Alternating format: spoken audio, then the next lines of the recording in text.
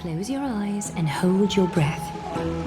Sever all other sounds and let my whispers fill your ears. Take a handful of the pristine water. Lift your palms in front of your chest and feel the water gently flow away through your fingers. Sink deeper and do this once more. Submerge your wrists in the spirit water. Familiarize yourself with its temperature, its touch. Spread your fingers, then lower your head and search for the palms of your hands. Feel the spirit water flow against your face until all of your senses are submerged. Floating, sinking, diving into the depths.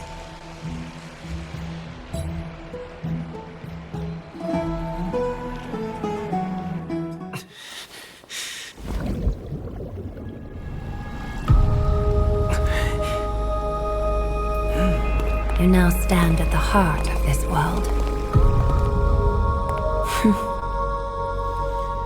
Now, I require your honesty.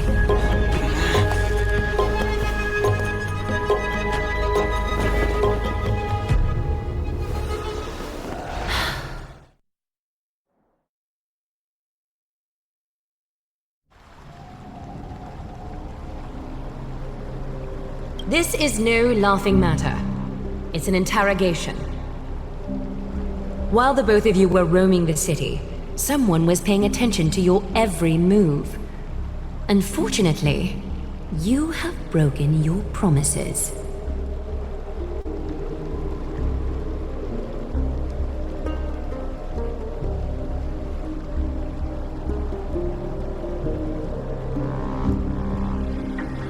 The Holy City's fate is as fragile as threat. I must exercise prudence in order to eliminate sources of potential disaster. I will grant the both of you another chance to mend our broken trust. The golden thread shall judge on my behalf. If you're truthful, you will live. Else, you will perish. We meet again, distinguished guests. Castorus will be your executioner.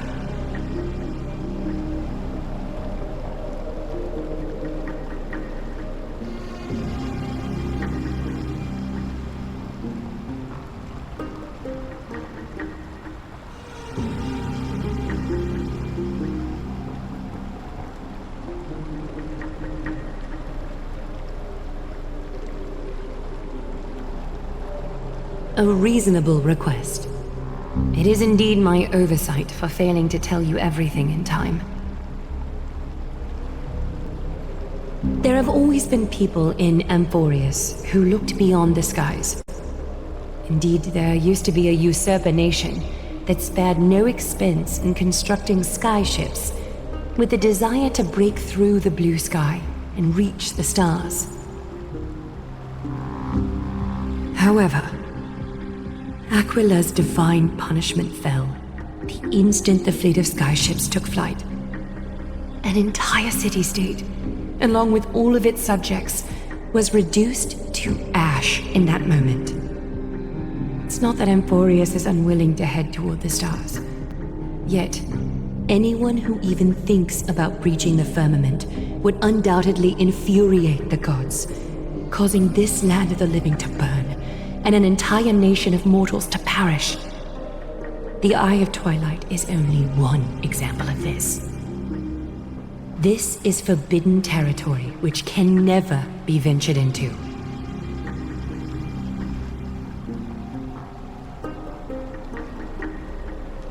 Divine punishment has never been fair. As Okima's guardian, I must do the same. This is a world dominated by Titans, and that order can only be toppled by the Chrysos heirs. Therefore, the only thing that I can do right now is to ensure that the both of you remain devoted.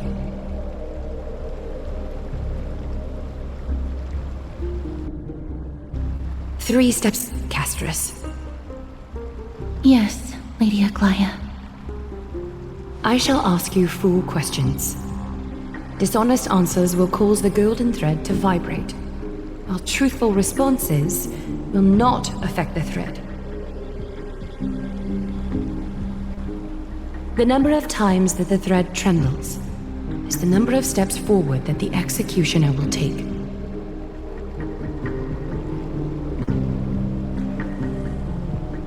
If she isn't standing right behind you after all 4 questions have been asked and answered, the both of you will have passed this test. If she is, your journey will end here. You'll fall asleep amid the warm embrace of flowers and feel no pain. That I can guarantee.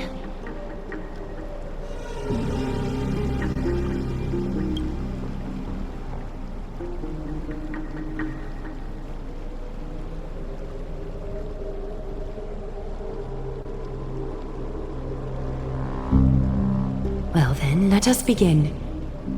Question 1. Outlanders, why have you come to Amphoreus?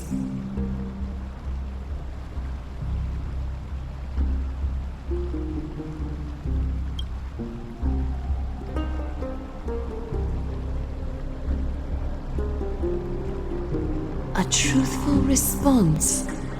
A step will not be recorded. Question 2. Outlanders, why did you lend your aid to Akima?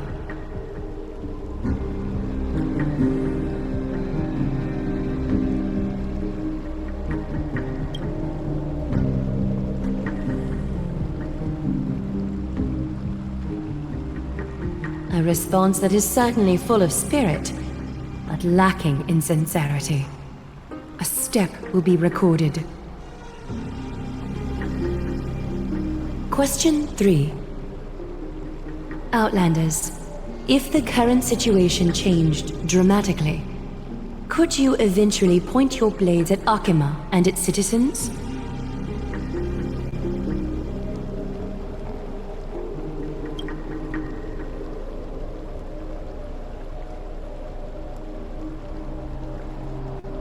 Although you attempted to make a promise, your resolve didn't match your response. A step will be recorded.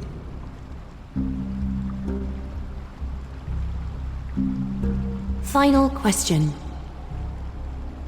Outlander. An unknown but surging power exists within your body. Are you willing to use it to aid the Chrysos heirs in slaying the gods?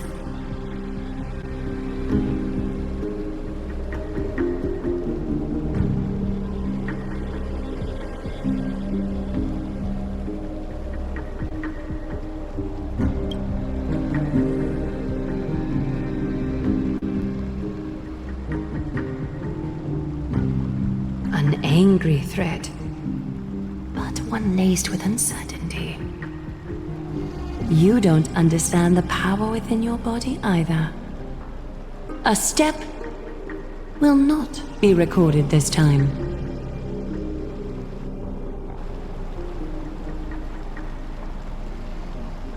All 4 questions have been asked and answered. You have earned a second chance with your honesty. Both of you may continue to stay in Akima, and its citizens will continue to view you as distinguished guests. However, you must promise that today's farce will not occur again.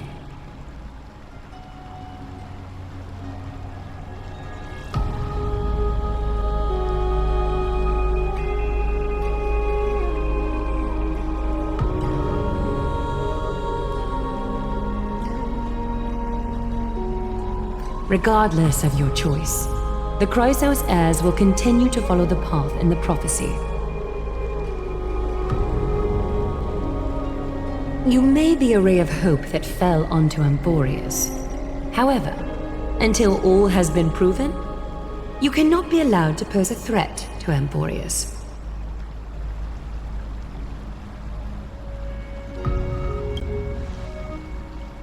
For the Holy City, I am willing to bear all the traits that others despise and use every heartless yet effective trick in the book.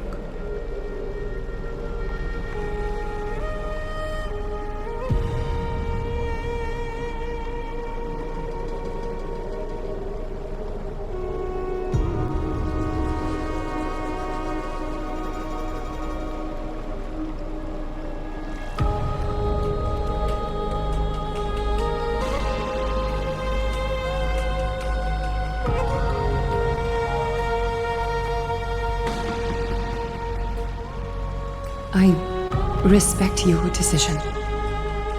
Hold on! Please, wait a moment. Finan? Aglaya, as the first person to encounter them, I have some thoughts I would like to share regarding whether they can stay.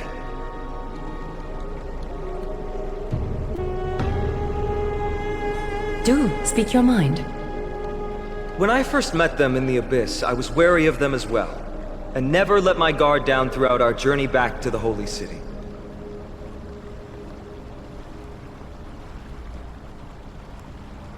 However, during the battle to defend Akima, we fought side by side numerous times. The look in someone's eyes in moments of life and death never lies. And I was able to detect the conviction in their eyes back then. That's why I was willing to put my life in their hands. Please believe a warrior's intuition. At present, Akima is desperate for aid, and I am loath to lose two allies just like that. Isn't this what Miss Castorus believes as well? Yeah. I'm more willing to view death as a peaceful farewell than a punishment.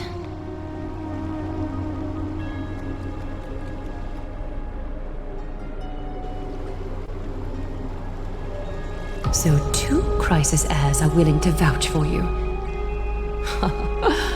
It seems my actions were too high-handed. Finan, will you fulfill your duty as host and look after our distinguished guests? Well, I'm not good at formalities. I'll do my best. Cass, next time, I hope you will express your thoughts openly. I will. Now, it's time to welcome the newcomers to the Vortex of Genesis. As you both have chosen to trust these Outlanders, ensure they are adequately informed about the mysteries concealed within. Sorry, should have gotten here earlier. Please, hear me out before you make up your mind.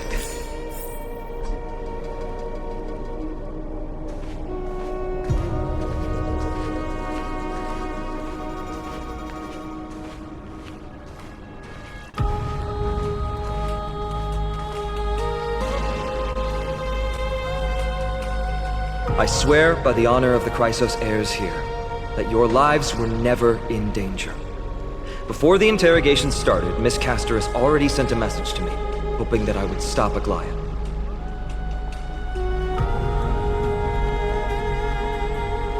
Only a select few can sway Lady Aglaya, and Lord Finan is one of them.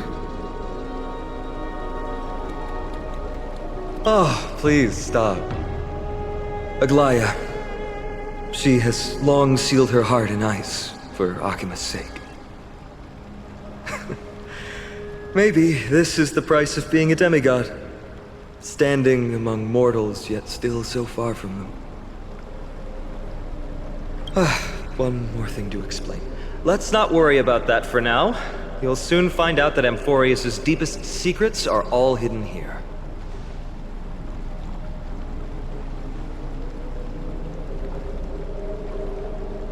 Well, first, kindly look upward. What you see right now is the astral zodiac of the Vortex of Genesis, divided into 12 parts that record the flame-chased journey of the Chrysos heirs. The 12 vacant signs symbolize the 12 titans of Amphoreus, while each illuminated constellation represents one core flame that mankind has restored to its rightful place.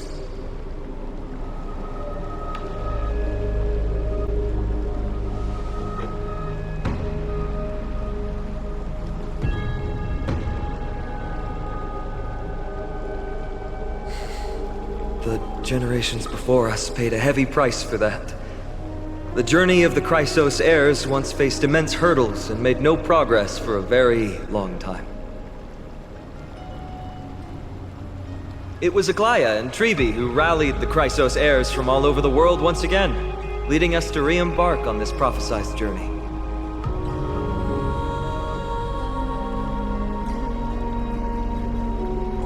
And they are the only two demigods in the Holy City. While Trebi, Trian, and Trinon are three individuals, I suppose they're considered one single divine essence. In the past, the Titans were the pillars of the world. Yet the prophecy's revelation is that these 12 pillars must be shattered, and the world's order reconstructed.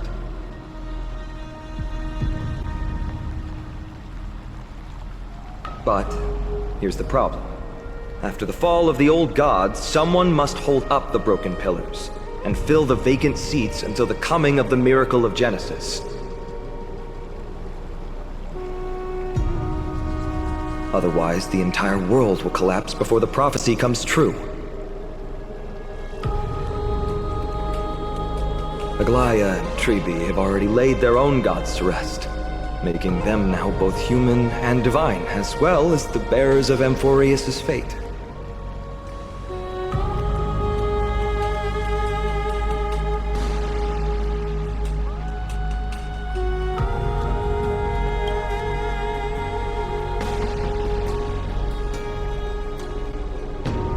Bringing down the Titans, retrieving the core flames, and filling the vacant seats.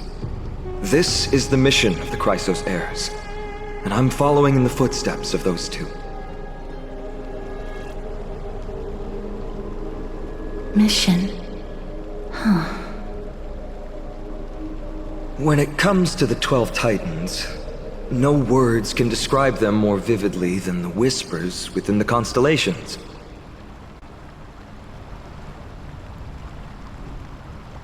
Why not step forward and listen to them for yourselves?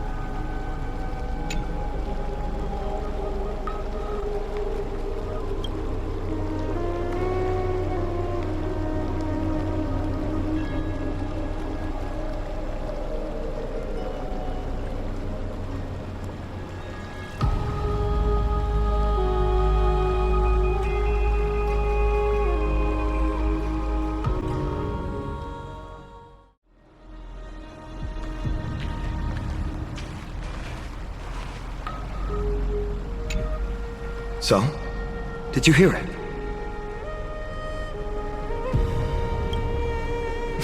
The first time I heard the voices of the Titans, I was just the boy playing with swords, oblivious to the meaning of life.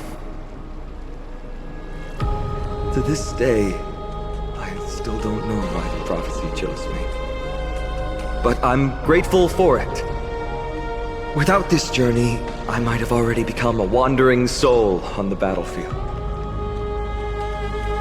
All right, that's enough of my story. I want to extend a heartfelt invitation to you. Join the Chrysos heirs and aid us in hunting down Nikedor and retrieving the core flame from the Titan of Strife. If you still harbor doubts, I'll do my best to provide you with answers.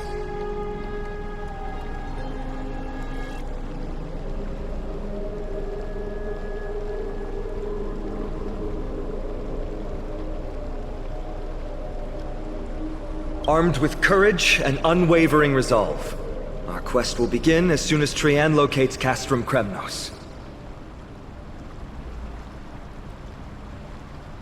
Without a doubt, it will be a momentous battle to the death. Prepare yourselves.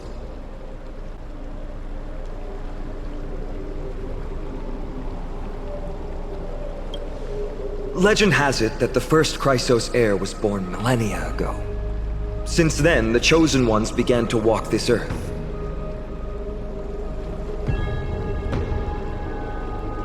Then came the Chrysos War. A conflict backed by the gods, yet one that brought much bloodshed and claimed many heroes. By the time of my birth, the tales of the Chrysos heirs had become more like legends than historical accounts. If there are others called forth by the prophecy, I trust that fate will guide them to us.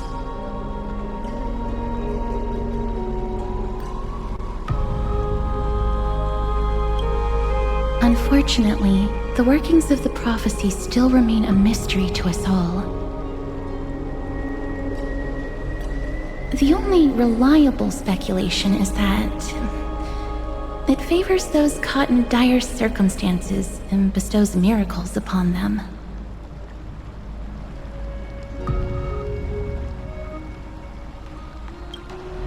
The path ahead is bound to be perilous, and I won't impose my will upon you. Yet, if you choose to stay, I, Finam, from Aedes Elysiae, will spare no effort to bridge the gap between you and the Chrysos heirs. Thawing the ice in Lady Aglaya's heart won't be easy. But I will do my best as well.